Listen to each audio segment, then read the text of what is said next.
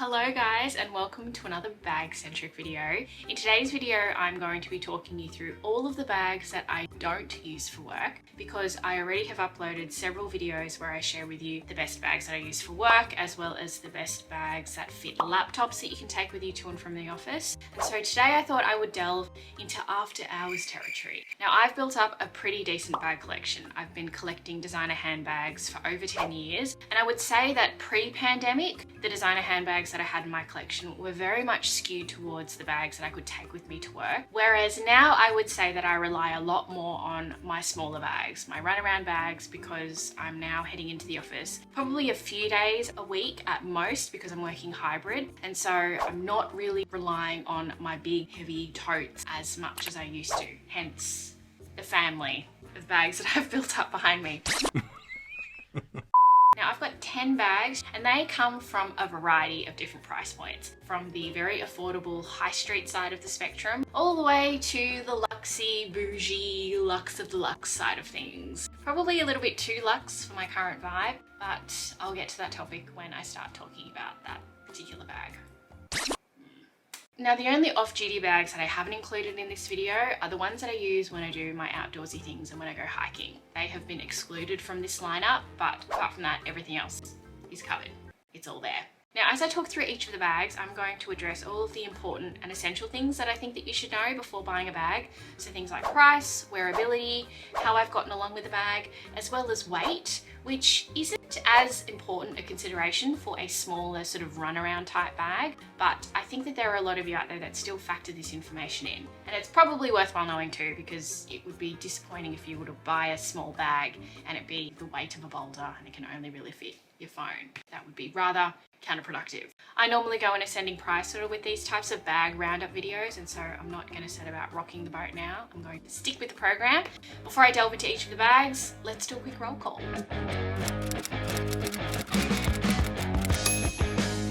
First up, we have the Uniqlo round mini shoulder bag. This one retails for 20 Australian dollars and 20 US dollars. And that hardly ever happens that the Australian price is the same as the US price. So I think that's a win considering how weak our dollar is at the moment.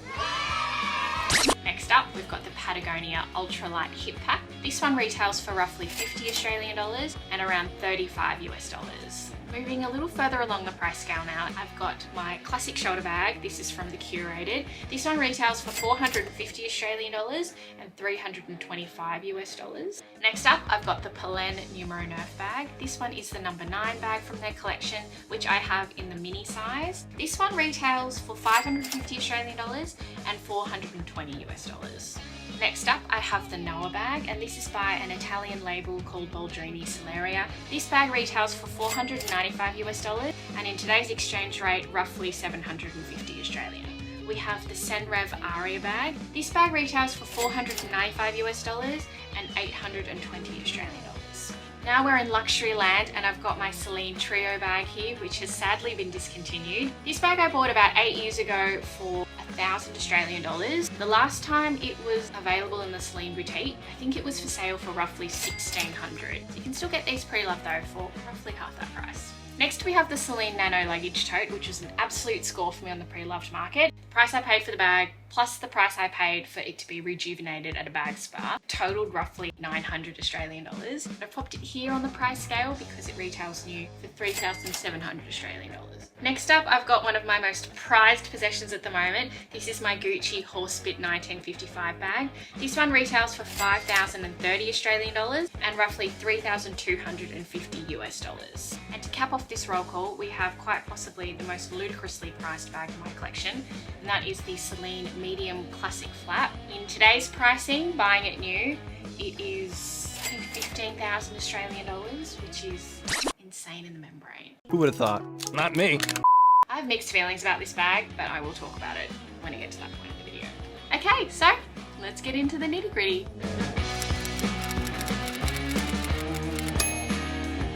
Let's start off with the cheap and cheerful bag of the bunch, and that is the Uniqlo round mini shoulder bag. This bag has been all over TikTok, and there are so many hilarious videos of people fitting all sorts of things inside this bag because it looks small, looks very compact, but it's got an expandable base and it can fit quite a bit in there. I've even seen people fit like rolls of banh mi in here too. It's really funny. Anyway, I have been really impressed with the capacity of this bag. I'm really impressed with how low fuss it is. It's got this water repellent quality about it. I wore this once on a rainier day, running around with the kids. And I think because the bag is just so well priced, it enables me to sort of branch out a little bit further with colour. When I initially bought this bag, I bought 5 of them home with me. I bought them in yellow and green and beige and white just to try on the different colours at home, and I ended up returning the other 4 and keeping this one. But I just really like how it's a practical bag, but it's also a little bit of fun, and it can house quite a bit in there. It swallows up my phone, my card holder and my keys. I can even fit a water bottle in there. It is the ultimate Mary Poppins style small runaround bag. And yeah, I would absolutely recommend this bag. It's so practical, and even an adjustable shoulder strap, so you just can't go wrong. This is so lightweight. I'm sure it'll register though on my kitchen scales, and so let's plonk it on there and see how it goes.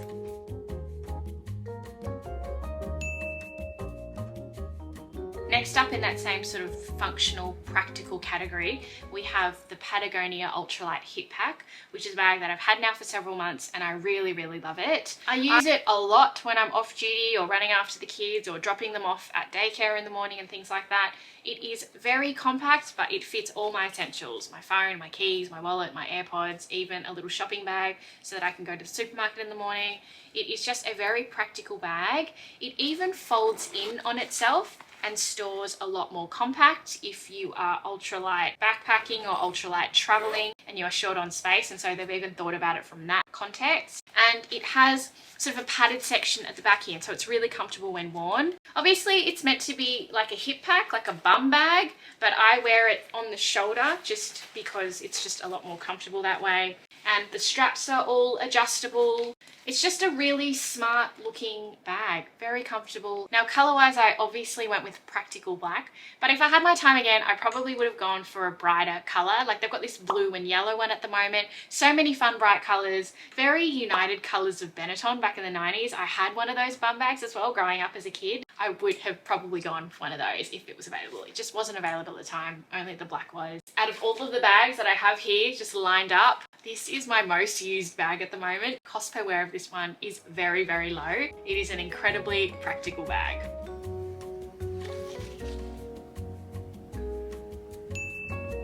Next up, I have the classic shoulder bag from the Curated, which is a brand based in Scandinavia. I received this bag from the brand earlier this year. I think it was in January. And so I won't repeat myself because I've already got a video where I share a full review of this bag. This bag is an amazing dupe for the Celine classic bag. As you can see, there are a lot of similarities aesthetically with the buckle and with the shape of the bag. I feel like with structured bags that are shaped like this, they are incredibly classic and timeless. I just don't think that you can go wrong. And I just really love just the simplicity of the bag. And so I'll link that video so that you can watch that if you are interested to hear a lot more about what I have to say about it.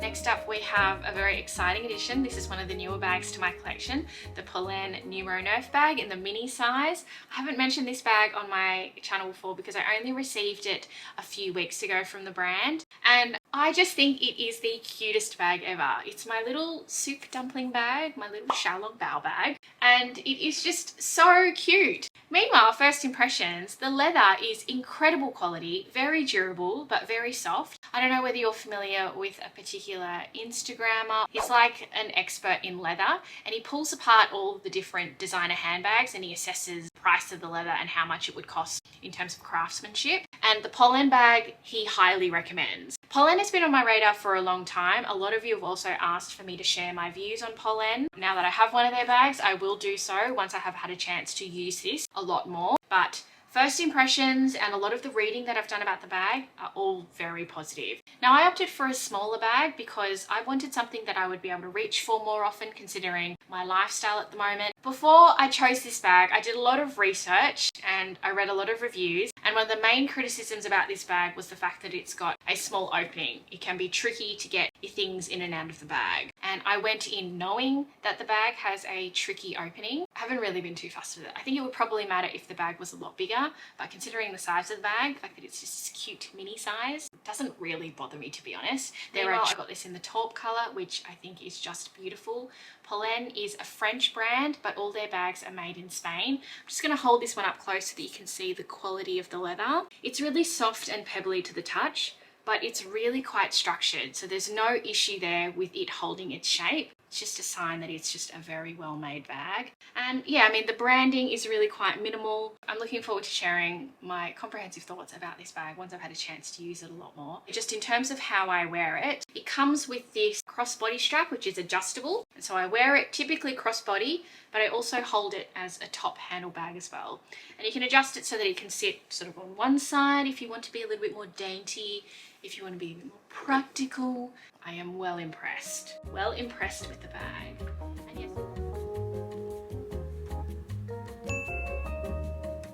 yes, next up, I've got a bag here by Boldrini Selleria. This is the Noah handbag. Comes with this strap, quite a thin crossbody strap, which is adjustable. I just really love how it was handcrafted by a family-run business of Italian artisans. They're based out of Tuscany. It's just incredibly well made.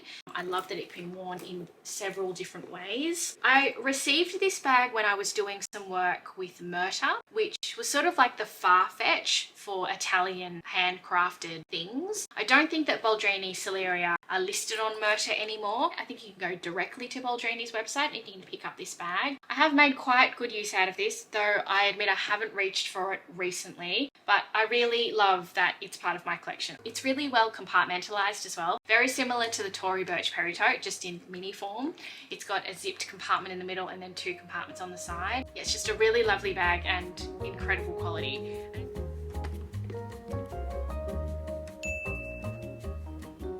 Next up, I have a bag that's probably more recognizable to a lot of you. This is the Senreve Aria bag. This bag I have now had in my collection for probably coming on 2 years. I have this bag in the Dolce leather. Out of all of the Senreve bags that I have in my collection, this is the best one. This is my favorite. This one really surprised me with just how much I've enjoyed wearing it. It is a really practical bag. It fits a lot, surprisingly, even though it looks quite compact. It is incredibly well made. If you've seen my Senreve review video where I talk about Senreve as a brand generally, my tip for buying this bag is to get it in the Dolce leather, because Dolce leather is a lot softer in comparison to their pebbled leather, which is a lot harder and a lot more robust. It also can be worn as a belt bag as well. That's why it's got these straps here, but I typically wear it just as I've worn a lot of my other bags. That's just crossbody there, quite high up so I can easily reach my things. Need my AirPods now. Grab them, pop them in. Oh, I need my keys. Grab them. There, they're there, rather than fiddling around 20 centimeters lower.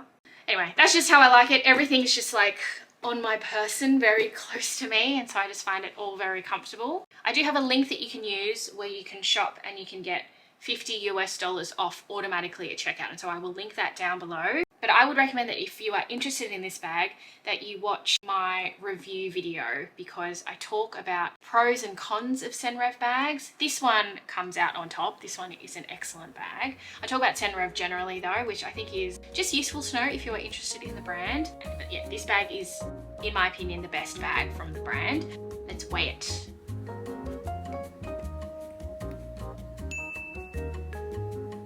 Now we have probably one of my most loved bags ever, and that is my Celine Trio bag.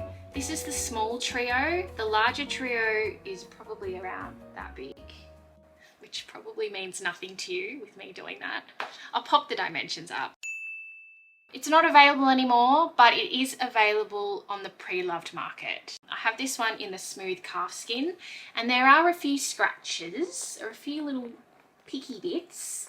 But that's because I use this bag a lot. I mean, it is looking quite old now. Makes me a bit sad actually. It's old Celine as well, with the accent on the E. It's Phoebe Celine. But this bag is so sentimental to me. It's sentimental because I bought it when I just switched jobs and it was quite a big deal for me. But I have also used it on amazing overseas trips to Europe, and it has gone with me many places. It's seen a lot of things. The zips are looking a little bit worse for wear too, as you can see, signs of wear there with it being tarnished. But there's also a real pride in the fact that, you know, I've worn it so much and I love it. I pretty much had only this bag, and these new bags have just popped up in my collection recently, but this was the only bag that I used for years and years. And then I got freaked out because I didn't want the bag to age so quickly anymore. I wanted to preserve it. And that's why I've welcomed others, many others in my collection, which have seen me reach for this bag a lot less. One, because I'm scared that it'll just get a lot older, and two, there are other colours here that I have now embraced rather than just the classic black bag. I have a review of this bag on my blog. I don't have a video about it, but in terms of capacity, it packs a punch. I mean, it's a trio, so it's got 3 compartments. One compartment alone can hold my phone, wallet, keys. Not that you want to overstuff this bag, but then another pouch can hold like little bits of makeup. Another pouch can hold like a little notebook. I think I had a little travel guide in here when we were in Europe, and it just looks so compact. I love this bag. I will have this bag forever. I think it is beautifully simplistic, but also a very sentimental bag in my collection. Anyway, after saying all those lovely things about you, let's body shame you now and pop you on the scales. Next bag in the lineup of bags, I've only got 3 more to go now, is my Celine Nano luggage tote. Now, I have had a luggage tote before. I had it in the micro size, and it was too small for work, particularly when I started carting a laptop with me to and from the office, and too big for an everyday run around type bag. The nano size, I think, is the most popular size when it comes to the Celine luggage tote, because it's just an amazing run around type bag. Packs a punch, it's very good looking, it's incredibly durable. I bought this one pre-loved a couple of years ago. I'm pretty sure it was about 5 or 6 years old at the time that I bought it, so this bag's probably about 8 years old now. It's old Celine, obviously. Bought this one out of just sheer luck. I mean, this bag's always been on my wish list, but I saw a seller on eBay who lived down the road from me, and so I asked her, can I come meet you? Can I see and inspect the bag in person? Because I probably would have never gone ahead if I hadn't had a chance to inspect the bag. So I inspected the bag, I self-authenticated it. You can watch my authentication Celine video, and I was completely satisfied that it was authentic because I've done a lot of reading about Celine bags. The bag was looking very worse for wear. It was not very well taken care of, and so it needed to be rejuvenated at a bag spa, which I did. So I bought it for 600 Australian dollars, and I paid roughly 300 to take to a bag spa just in Surrey Hills. Comes with a strap, obviously, so you can wear it crossbody. I store the strap inside the bag whenever I'm not using it. There we go, just like that. And I wear it as a crossbody. Oh, I think when I went to PJ Bag Spa as well and I got the bag fixed up, I also had the crossbody strap shortened by about 25 centimeters because the strap isn't adjustable and it's super long, and so that's why it works so well on my frame. This bag is one of my favorite bag additions to my wardrobe because I think it's like a culmination of so much reading about Celine and old Celine and authenticating Celine, and I scour the pre-loved market a lot. It's like one of my favorite things to do, and the fact that I was able to nab this bag from the most random source, a source that I would just never recommend, but it was just different because I was able to see the bag in person. I think online I would never ever recommend that you buy a bag off eBay. This bag is one of those dumb luck situations, which I'm very proud of. But I mean, the bag is just also a very practical bag as well. So yeah, let's weigh you, shall we? So yeah.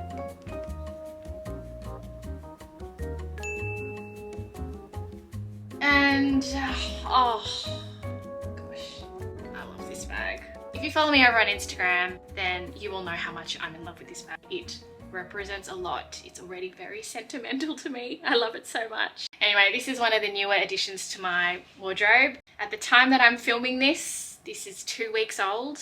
By the time I upload this, I have no idea. I've been so behind with YouTube lately. I'm sorry. This bag I didn't buy it actually. My husband bought it for me, but it's from the same pot of money with my research. It's an ultimate slashy bag. It represents a promotion gift. It represents our wedding anniversary, a whole heap of things. Yeah, so I hit a career milestone and I wanted to reward myself with a bag. I had been saving for a little bit and just waiting and waiting until it happened, and it did.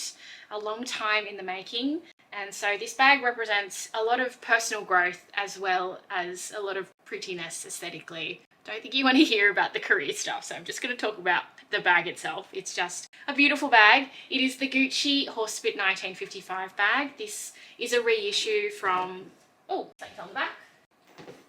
It's the Chanel there, just trying to get all the attention. This is a reissue from 2020, and if you look at the original version of the bag, it doesn't look that much different. Obviously, this has more of a modern, cleaner take. I just love how it looks like both a modern bag as well as a vintage bag, and I really wanted the brown color as well. I talk about my shopping experience a little bit on my blog post where I share and introduce this bag. Basically, I went into the Gucci boutique and I asked specifically for this bag, and I was met with a very assertive, confident sales associate who told me that it had sold out ages ago and it was just never to return again, which was a little bit heartbreaking because I had that in my mind. I had seen the bag many times and I really liked it. And so I resolved instead to get the GG Supreme canvas with the brown piping.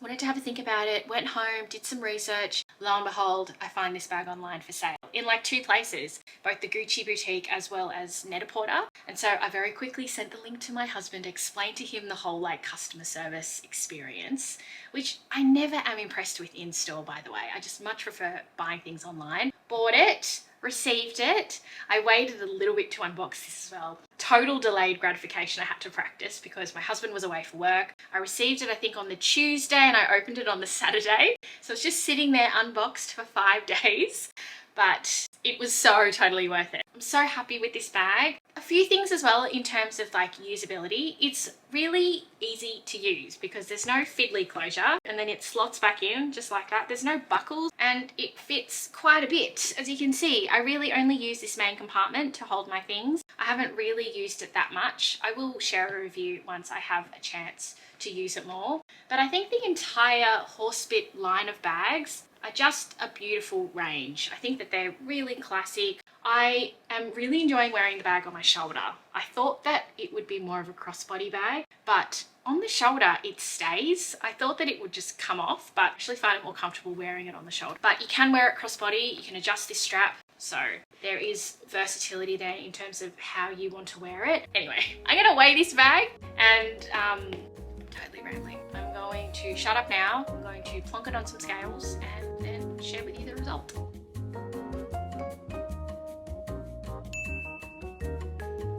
And lastly, we have the Celine medium classic flap bag. This is in the caviar leather with the silver hardware. This bag I bought pre-loved, or this bag was bought pre-loved. I didn't buy it, my husband bought it for me as a gift. It was a thank you for birthing my child gift. And yeah, it was a pre-loved purchase. Even at the time, I remember it was rather pricey, but in today's pricing, these things now retail for what, $15,000 or something like that. Something absolutely insane. I think because of all of the incredible price increases, I can't help but feel a little bit icky when I wear this bag. I think that it's beautiful. I think that it's classic, but I don't reach for this bag much because I feel like it's just too ostentatious. I used to reach for this bag a lot. I used to wear this with jeans and a blazer, just going out for coffee. And now I just feel like that's just a little bit too bougie for my current chill vibe. Will I ever let this bag go? No, because it's very sentimental to me. It represents a lot. But yeah, I think at the moment I'm in an ick phase. Maybe later on I will embrace it a little bit more. I mean, put it this way, the last time I wore it was for my cousin's wedding back in September last year. I haven't reached for it since. And I feel like if I were to have another fancy schmancy event, I would probably go for this guy because he's just a little bit more understated and minimal for my current vibe. I can't really put it into words in an articulate manner. That's as articulate as it gets, unfortunately. It's just one of those real status symbol-y bags that I just don't know how I feel about right now. It's in fantastic nick, even though I'm the second owner. It's still very plushy. Yeah, I think the bag is beautiful, but I think right now I've just sort of parked it on the side, just waiting to feel a little bit more comfortable with wearing it. Let's weigh it. I don't mind body shaming you because You are so flashy. Let's see how much like your price is per gram.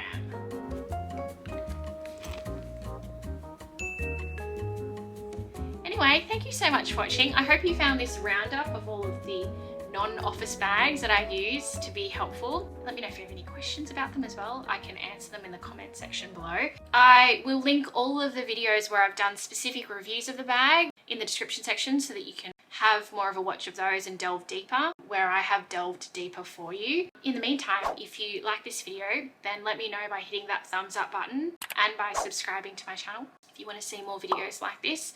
I typically do videos about personal style, work style, and handbags, and so if any of those things interest you, then we should be hanging out a lot more. Anyway, I'm gonna wrap it up here. Thanks so much for watching, guys. I will see you in my next video. Bye!